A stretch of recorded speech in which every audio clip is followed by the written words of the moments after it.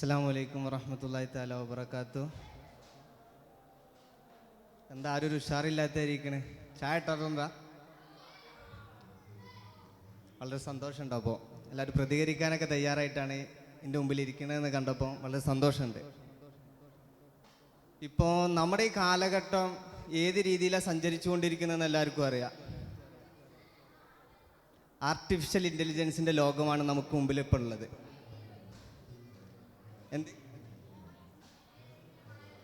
അതെ, എഐയുടെ മായാലോകം. നമ്മളെല്ലാവരും ആ ഒരു വലക്കണ്ണിയിൽ പെട്ടുപോയൊരു സാഹചര്യമാണെന്നുള്ളത്. നമ്മുടെ ചുറ്റുമുള്ള ലോകത്ത് നടക്കുന്ന എല്ലാ കാര്യങ്ങളും കൃത്യമായിട്ട് നമ്മളിലേക്ക് എത്തിച്ചു തരാൻ വേണ്ടിയിട്ട് കസ്റ്റമൈസ്ഡ് ആയിട്ടുള്ള എഐകളെ പല സോഫ്റ്റ്വെയറുകളും ഇന്ന് ഡെവലപ്പ് ചെയ്തുകൊണ്ടിരിക്കുകയാണ്. ഇത്തരം എഐകൾ നമ്മുടെ വിദ്യാഭ്യാസ മേഖലകളിൽ എങ്ങനെയാണ് നമ്മളെ സ്വാധീനിക്കുന്നത് അല്ലെങ്കിൽ നമ്മളെ സഹായിക്കുന്നത്, ഇത്തരം വിഷയങ്ങളെ കുറിച്ചിട്ടാണ് ഞാൻ നിങ്ങളോട് സംവദിക്കാൻ ഉദ്ദേശിക്കുന്നത്. കാരണം എൻ്റെ മുമ്പിലിരിക്കുന്ന എല്ലാവരും വിദ്യാർത്ഥികളാണ്. വരുന്ന കാലഘട്ടത്തിൽ നമ്മൾ ഇസ്ലാമിക പാരമ്പര്യം മുറുകെ പിടിക്കുന്ന സുന്നി എന്ന് ഉറക്കെ പറയുന്ന നമ്മൾ വരുന്ന കാലഘട്ടത്തിൽ നമ്മുടെ ഇസ്ലാമിൻ്റെ ഫത്വകൾ, അതുപോലെ തന്നെ ഇസ്ലാമിൻ്റെ മസ്അലകൾ എങ്ങനെ സമൂഹത്തിലേക്ക് അവർക്ക് ആവശ്യമുള്ള സംഗതി, ഇപ്പോൾ നമ്മൾ ചാറ്റ് ബോട്ടുകളെ പറ്റി കേട്ടിട്ടില്ലേ? നമ്മളെ ടെലിഗ്രാം, അതുപോലെ തന്നെ വാട്സപ്പ്, ഈവൻ എല്ലാ കമ്പനികളും ഉപയോഗിക്കുന്ന ഒരു സംഗതിയാണ് ചാറ്റ് ബോട്ട്. നമ്മളെ ഡൽഹി മെട്രോയിലൊക്കെ മെട്രോ ടിക്കറ്റ് എടുക്കാൻ വേണ്ടിയിട്ട് വരെ നമ്മൾ ചാറ്റ് ബോട്ടുകൾ ഉപയോഗിക്കുന്നുണ്ട്. അപ്പം അത്തരത്തിൽ നമ്മളൊരു വിഷയത്തെക്കുറിച്ച് അറിയണം, നമ്മുടെ ഇസ്ലാമിൻ്റെ ഒരു സംഗതി, ഒരു മസലയെക്കുറിച്ച് അറിയണം.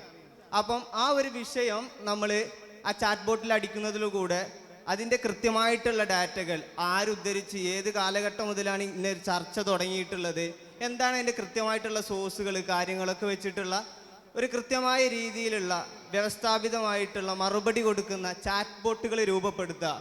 ഇങ്ങനത്തെ കാര്യങ്ങളിലേക്കൊക്കെ നമ്മുടെ മുതഅല്ലിമുകളായിട്ടുള്ള പണ്ഡിതന്മാർ ഉയർന്നു വരേണ്ടതുണ്ട് എന്നുള്ള ഒരു ഓർമ്മപ്പെടുത്തൽ നിങ്ങൾക്ക് ഇട്ടു തരികയാണ്. നമ്മുടെ ഈ കാലഘട്ടത്തിൽ നമ്മൾ ഈ സമൂഹത്തിൽ നമ്മളെപ്പോഴും ഫോണിന് അടിമപ്പെട്ടു പോയിക്കൊണ്ടിരിക്കുന്ന ഒരു കാലഘട്ടമാണ്. നമ്മളെ അടിമപ്പെടുത്തി നമ്മളെ ഒരു കച്ചവട വസ്തുക്കളായിക്കൊണ്ട് പല കമ്പനികളും മാറ്റിയിരിക്കുകയാണ്. ഇതുപോലെ തന്നെയാണ് വിദ്യാഭ്യാസത്തിലും വന്നത്.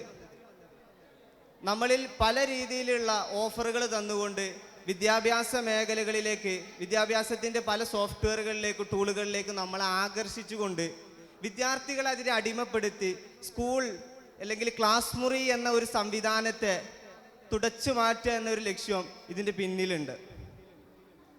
നമുക്കെല്ലാവർക്കും സ്കൂളിൽ പോയിക്കൊണ്ട് 10 മണി മുതൽ 5 മണി വരെ പോയിക്കൊണ്ട് പഠിക്കേണ്ട ഒരു ആവശ്യമില്ല. മറിച്ച് ഈ ഒരു ഫോണ് നമ്മുടെ കയ്യിലുണ്ടെങ്കിൽ പേഴ്സണലൈസ്ഡ് ആയിട്ടുള്ള ട്രെയിനർമാരെ വെച്ചുകൊണ്ട് കസ്റ്റമൈസ്ഡ് ആയിട്ടുള്ള അറിവുകളെ നമ്മളിലേക്ക് തരാൻ പറ്റുന്ന രീതിയിലേക്ക് പല സോഫ്റ്റ്വെയറുകളും വളർന്നു വന്നിട്ടുണ്ട്. ആ ഒരു സാഹചര്യമാണ് നമ്മൾ ഉപയോഗപ്പെടുത്തേണ്ട രീതിയെക്കുറിച്ചാണ് നമ്മൾ മനസ്സിലാക്കേണ്ടത്.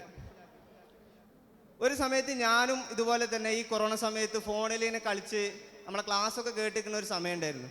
അപ്പോൾ ഒരു സമയത്ത് എനിക്ക് തലവേദന വന്നു. അപ്പോൾ ഈ തലവേദന വരുമ്പോൾ നമ്മളമ്മമാരൊക്കെ പറയുന്ന ഒരു സ്ഥിരം ഡയലോഗ് ഉണ്ട്. നമ്മളമ്മമാർ പറയും, ആ ഫോണിൻ്റെ മുമ്പ് നിന്ന് കണ്ണെടുക്കുക, എന്നാലും എൻ്റെ തലവേദന ഒന്ന് മാറിക്കോളുന്നു. ഇങ്ങനെ പലരും കേട്ടിട്ടുണ്ടാവും ഫോണുമ്പോൾ കളിക്കണോലൊക്കെ. അപ്പോൾ ആ ഒരു സാഹചര്യം നമ്മളമ്മമാർക്ക് എന്താണ്, നമ്മളെ ഒരു ടെക്നോളജി, നമ്മുടെ ഒരു കാലഘട്ടത്തിൽ ഉണ്ടാകുന്ന വളർച്ച അവർക്ക് കൃത്യമായിട്ട് ഉൾക്കൊള്ളാത്തതിൻ്റെ പേരിലുള്ള എന്താ പറയുക ഒരു പ്രശ്നമാണ് അത്. അപ്പോൾ നമ്മൾ അതൊക്കെ മാറ്റി തിരുത്തിക്കൊണ്ട് അവർക്ക് ഈ കാര്യങ്ങളെക്കുറിച്ച് കൂടുതൽ ബോധ്യപ്പെടുത്തിക്കൊണ്ട് വിദ്യാഭ്യാസം ഇന്ന് നടന്നുകൊണ്ടിരിക്കുന്നത് ഇന്ന കാര്യങ്ങളിലാണ്, ഇത്തരം സോഫ്റ്റ്വെയറുകളുടെ സഹായത്തോടു കൂടിയാണ് പുതിയ പെഡഗോജി ഡെവലപ്പ് ചെയ്തിട്ടുള്ളത് എന്ന കാര്യങ്ങളൊക്കെ നമ്മൾ പറഞ്ഞു കൊടുക്കുമ്പോഴാണ് നമ്മുടെ മാതാപിതാക്കൾക്കും ഇതിനെക്കുറിച്ച് അറിവുണ്ടാവുകയും ഇതിൽ നമ്മൾക്ക് എങ്ങനെയാണ് അവർ ചെയ്തു തരേണ്ട സഹായങ്ങൾ എന്തൊക്കെയാണെന്നുള്ളൊരു ബോധം അവർക്ക് ഉണ്ടാവുകയും ചെയ്യുക. അപ്പം നമ്മൾ ഇത്തരം ടൂളുകളൊക്കെ ഉപയോഗിച്ച് വളരുന്നതിനോടൊപ്പം നമ്മുടെ ചുറ്റിലുമുള്ള സമൂഹത്തെ ഉൾക്കൊണ്ടുകൊണ്ട് അവർക്ക് ഈ കാര്യങ്ങളൊക്കെ പരിചയപ്പെടുത്തിക്കൊണ്ടായിരിക്കണം നമ്മൾ ഇത്തരം സംവിധാനങ്ങളൊക്കെ ഉപയോഗപ്പെടുത്തേണ്ടത്. ആ ഒരു രീതിയിൽ നിന്ന് വ്യത്യസ്തമായിട്ടാണ് നമ്മൾ ഇത്തരം സംവിധാനങ്ങളൊക്കെ കാണുന്നത് എന്നുണ്ടെങ്കിൽ നമ്മളൊരു പരാജയമായിട്ട് മാറും. കാരണം എന്താ വെച്ചാൽ ഇത്തരം ടൂളുകളിലൊക്കെ റെക്കമെൻഡേഷൻസ് അധികമായിട്ട് വരും. നമ്മൾ ഈ റെക്കമെൻഡേഷൻസ് ഒക്കെ തോണ്ടി തോണ്ടി അടുത്ത വേറെ എന്തിലേക്കൊക്കെ പോയി നമ്മുടെ സമയങ്ങളൊക്കെ പാഴായി പോകും. വിലപ്പെട്ട സമയത്തിൻ്റെ വില എന്താണെന്ന് വെച്ചാൽ നമുക്കൊരിക്കലും മൂല്യം കൽപ്പിക്കാൻ പറ്റാത്തൊരു സംഗതിയാണ്. അപ്പോൾ ആ രീതിയിലൊക്കെ തള്ളേണ്ടതിനൊക്കെ തള്ളി കൊള്ളേണ്ടതിനെ കൊണ്ടുകൊണ്ടായിരിക്കണം നമ്മുടെ വിദ്യാഭ്യാസം നമ്മൾ രൂപപ്പെടുത്തേണ്ടത്. ഈ AI നമ്മൾ നമ്മുടെ ജീവിതത്തിൻ്റെ ഭാഗമായി കാണേണ്ടത് എന്ന് ഓർമ്മപ്പെടുത്തിക്കൊണ്ട് നിങ്ങളോട് എല്ലാവർക്കും നല്ലൊരു ഭാവി ആശംസിച്ചുകൊണ്ട് ഞാൻ നിർത്തുന്നു. അസ്സലാമു അലൈക്കും വറഹ്മത്തുള്ളാഹി തആല വബറകാതുഹു.